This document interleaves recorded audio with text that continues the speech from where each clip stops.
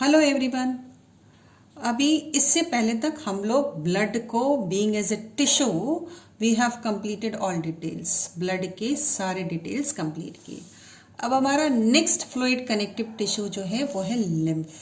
सबसे पहली बात कि ये या तो हम इसके लिए लिखते हैं ऑफ वाइट कलर या आप इसके लिए कलरलेस लिख सकते हैं, कलरलेस लिख सकते हैं। अच्छा, दूसरी बात, जैसे अगर ये कलरलेस है तो आरबीसी नहीं होगा। एक क्रॉस लगाया हमने, क्या नहीं है इसके पास? आरबीसीज नहीं है, इसलिए क्रॉस लगा दिया। देखिए लिम्फेटिक सिस्टम का काम क्या होता है और ये चलता कैसे है, तो इस डायग्राम को देखने से पहले हम लोग यहाँ हार्ट पर आ जाते हैं। एक छोटा सा हार्ट बना दिया आपको ताकि आप समझ पाओ। और ये जो डायग्राम का ये ब्लू पार्ट निकाला है रफली, तो उस रफली ये जो निकाला है जिसमें एरो से हम ब्लड को हार्ट से ऑर्गन्स की तरफ ले जा रहे हैं, तो ये जो मेन पार्ट हो जाएगा वो हो जाएगा ऑर्टा। और उसके बाद फिर जब हम इस ऑर्टा को डिवाइड करते हैं एक बार, तो ये हो जाता है आर्टरी। ये एक सीक्वेंस है जो फिक्स रहता है। और आर्टरी जब एक बार और डिवाइड होती है तो हम उसको बोलते हैं आर्ट्रियोल। और जब वो आर्ट्रियोल एक बार फिर डिवाइड होती है, ये देखिए आर्ट्रियोल जा रही है और एक बार फिर डिवाइड हो रही है, तब हम इसको वर्ड यूज करते हैं कैपिलरी, CAPILLARY, राइट। अब वापस से ये कैपिलरी वैसी की वैसी दो यहाँ बनाई थी तो दो ब्लैक कलर में यहाँ बना ली, तो यही कैपिलरी दोबारा रीजॉइन हो रही है, तो यहाँ हमने वर्ड लिख लिया कैपिलरी। जब इन दोनों को रीजॉइन कर रहे हैं तो ये जो एक ब्रांच बनी उसके लिए हम वर्ड यूज करेंगे वेन्यूल। आगे फिर डिस्कस करेंगे इस बारे में। और उसके बाद जब ये दोनों जुड़ के जो पार्ट बना ये बना, इसके लिए हम वर्ड लिखेंगे वेन।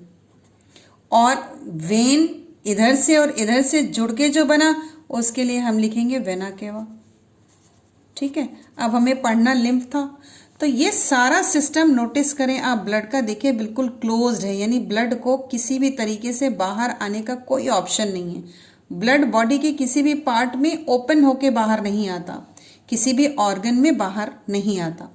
तो अब अगर कुछ ऐसे सेल्स रहे हों बॉडी में जो थोड़े दूर हों, जहां तक ब्लड की कैपिलरीज ना पहुंच पाए, जैसे ये सेल बना लिया हमने, जैसे ये सेल बना लिया हमने, अब कंसीडर करें कि कैपिलरी हमारी यहाँ तक नहीं पहुँच पा रही है और इन सब के बीच में ये टिश्यू फ्लूइड लगा हुआ है, ऐसे लगा हुआ है।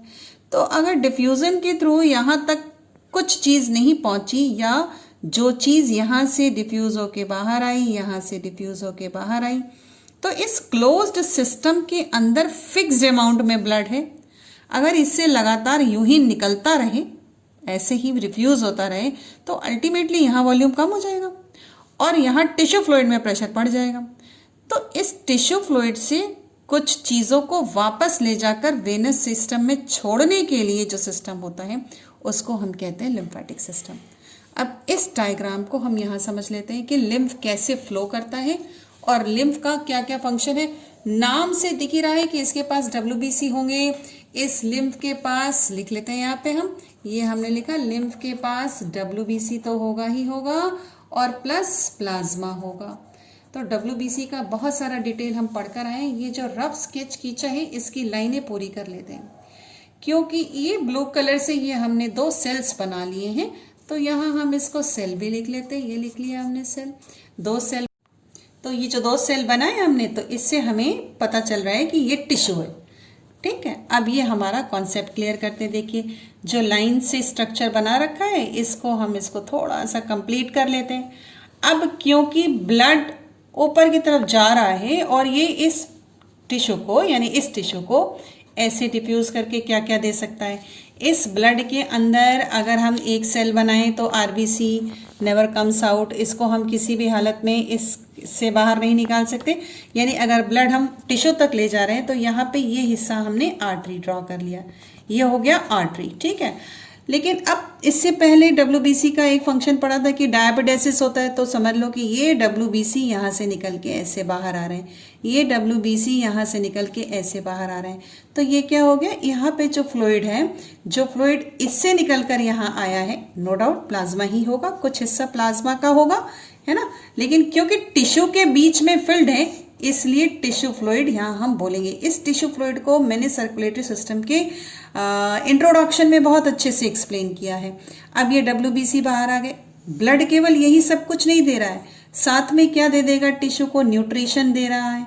तो अब आप थोड़ा नोटिस करें कि अगर बहुत पास में कोई सेल नहीं है और डायरेक्ट इसमें डिफ्यूजन नहीं हो पा रहा तो हो सकता है लिम्फेटिक सिस्टम का जो लिम्फ वेसल है, ये हमने लिम्फ वेसल ड्रॉ किया हुआ है, लिम्फ कैपिलरी। तो इसके अंदर से जो फ्लूइड कलेक्ट हो रहा है यहीं से कलेक्ट होगा, लेकिन वो आगे जाकर कहीं किसी और ऑर्गन में जाएगा। तो इसी तरीके से फूड या वाटर या टेम्परेचर मेंटेनेंस का काम करेगा। तो अब यहाँ से फूड भी आ गया, RBC अगर होगा तो यहाँ ऑक्सीजन डिफ्यूज करेगा। इसी तरीके से जब पूरा आर्टरी यहाँ तक आकर खत्म हो जाए और जब ब्लड वापस जाए, वेन बनता हुआ वापस चला जाए लिम्फेटिक सिस्टम से थोड़ा सा दूर, ये हमने वेन्यूल यहाँ लिख लिया, और अल्टीमेटली बाहर हम ब्लड को यानी डीऑक्सीजनेटेड ब्लड को ले जा रहे हैं, यानी एक बड़ी सी वेन हमने लिख ली। लेकिन अब इस डक्ट के अंदर ध्यान से देखेंगे इस डक्ट को कि ये डक्ट जो है यहाँ से ब्लाइंड है, ब्लाइंड माने पूरी बंद है, और अब इसकी बॉडी के ऊपर छोटे छोटे पोर्स हैं। तो अब जितना भी एक्स्ट्रा फ्लूइड यहाँ छन छन के आ रहा है, या ये जो WBC टिश्यू फ्लूइड में आ रहे हैं, वो इस टिश्यू फ्लूइड में तो हमेशा रहेगा नहीं, या तो किसी बैक्टीरिया से फाइट करेगा। कंसीडर करिए इस बैक्टीरिया से ये फाइट कर रहा है, कलर थोड़ा चेंज कर लेते हैं बैक्टीरिया को दिखाने के लिए। कंसीडर करिए वो इस बैक्टीरिया से फाइट कर रहा है, तो इस बैक्टीरिया से फाइट कर रहा है तो कहीं और जाके पस बनाएगा।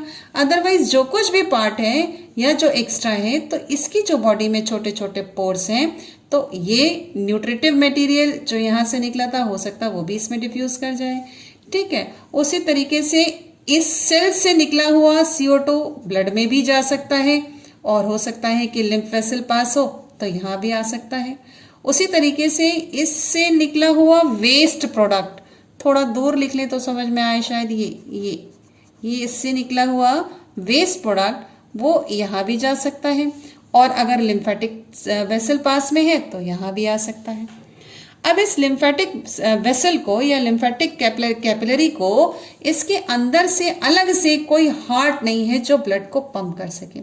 यानी अगर हम लिम्फ वेसल को ड्रॉ करें, अलग डायग्राम बना लेते हैं। कंसीडर करिए कि एक लिम्फ वेसल हम यूं ड्रॉ कर रहे हैं, ऑर्गन से होती हुई ये ऊपर को जा रही है। तो अगर इसके अंदर फ्लूइड ऐसे बहेगा तो डेफिनेट सी बात है कि नीचे की तरफ बैक हो जाएगा, क्योंकि कोई हार्ट है नहीं, कोई प्रेशर है नहीं। तो ऐसी कंडीशन में इसके पास इस तरीके का वॉल्व पाया जाता है, यानी फ्लूइड ऊपर तो जाएगा लेकिन नीचे नहीं आएगा। और अल्टीमेटली ये जाकर के, यानी अगर यहाँ लिम्फ बनाए, एक पेन अपना ये लिम्फ वाला ले लेते हैं हम लोग, अगर हम यहाँ लिम्फेटिक वेसल बनाए, कंसीडर करिए ये एक लिम्फ वेसल बन रही है, दूसरी ये एक लिम्फ वेसल बन रही है, और इन दोनों को हम ले जाकर एक ऐड कर देते हैं। तो अल्टीमेटली ये जाकर के आपके शोल्डर के पास से होते हुए वेनस सिस्टम में ऐड हो जाती है। जब पढ़ाना शुरू किया था तब बोला था कि जितना फ्लूइड फिल्टर होके वापस यहाँ इसके अंदर टिश्यू फ्लूइड में आया है, अगर ऐसे आता रहेगा तो यहाँ फ्लूइड कम हो जाएगा और यहाँ फ्लूइड एक्स्ट्रा पड़ता जाएगा। तो उस चीज़ को मेंटेन करने के लिए और डीप सीटेड या बहुत गहराई में पाए जाने वाले टिश्यूज़ को बाकी चीज़ें डिस्ट्रीब्यूट करने के लिए ये एक लिम्फेटिक सिस्टम अलग से पाया जाता है, और अल्टीमेटली वो जाकर के हमारे वेनस सिस्टम में ओपन हो जाता है। ये वर्ड याद रखने वाली बात है कि वेनस सिस्टम में ओपन होता है, आर्टरीज में ओपन होने का कोई कॉन्सेप्ट नहीं है, क्योंकि आर्टरीज में ब्लड प्रेशर बहुत ज़्यादा होता है। तो अब लिम्फ आपके एग्जाम में अगर आया तो आएगा लिम्फ का कंपोजिशन क्या है, उसका कलर क्या है, उसका फंक्शन क्या है, और लिम्फ किस सिस्टम में ओपन होता है, यानी कि वेनस सिस्टम में ओपन होता है।